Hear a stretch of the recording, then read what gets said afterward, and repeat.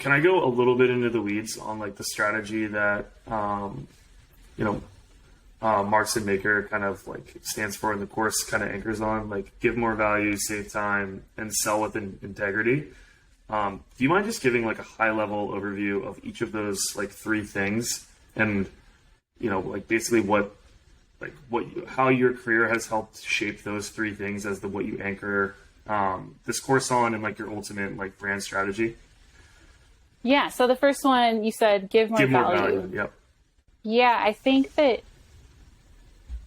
Well, and this came from my own story too, is that I felt like I didn't know how to give more value. And in my head, if I gave more value to my clients, I'd be able to work on bigger projects and I'd be able to be paid more. I mean, really, when it comes down to it, I'm like, I would be valued by getting a higher paycheck or getting paid more for my client if I was able to give more value. And so I learned what that was. And it was actually, again, shifting the lens from it's not about me and what I'm delivering. It's about my client and helping my client get to where they want to be.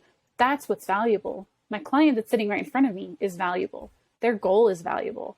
That's what I should be focusing on. So I think the idea of value, I've heard this from so many creatives of like, I want to be more valuable. I want to give more value, because it's like they have all this creativity and these talents and these skills, but they don't feel like they're being utilized. It's like a creative stuck in uncreative work.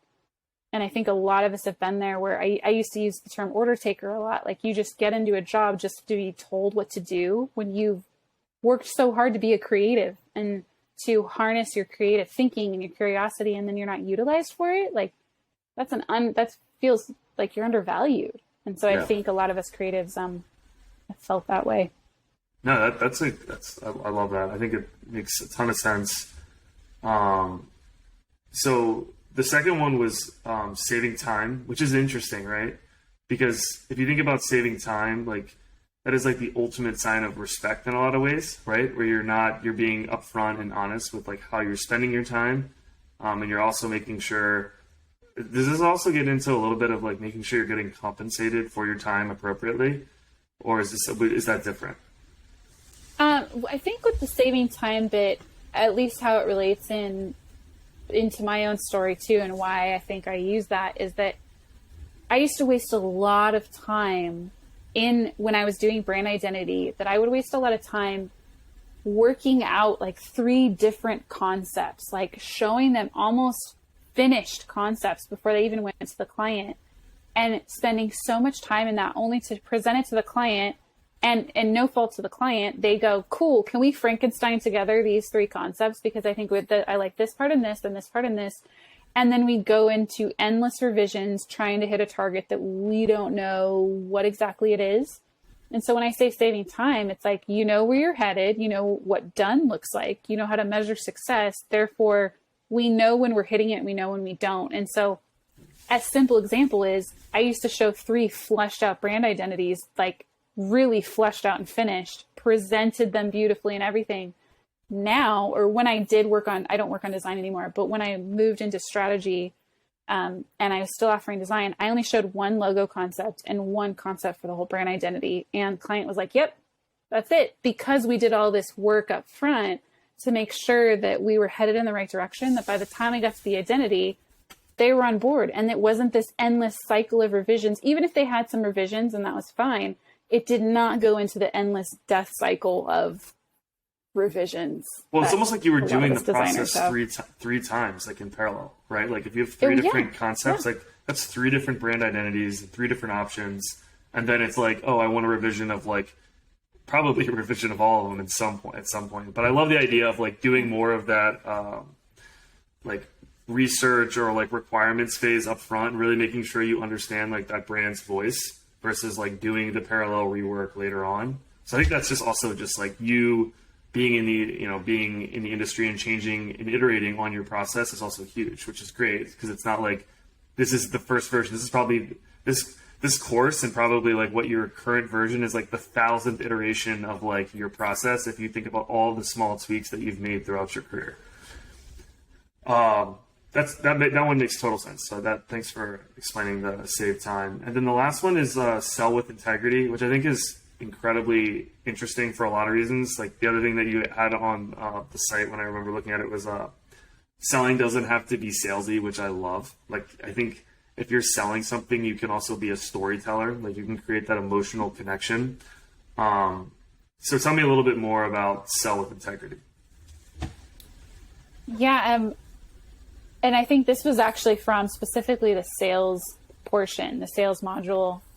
And we've found that, again, like pulling from my own story, I used to want to present, like, here's my process and here's why you should hire me. And it felt a little like I was, like, not that I was bragging about myself, but like, here's why you should hire me.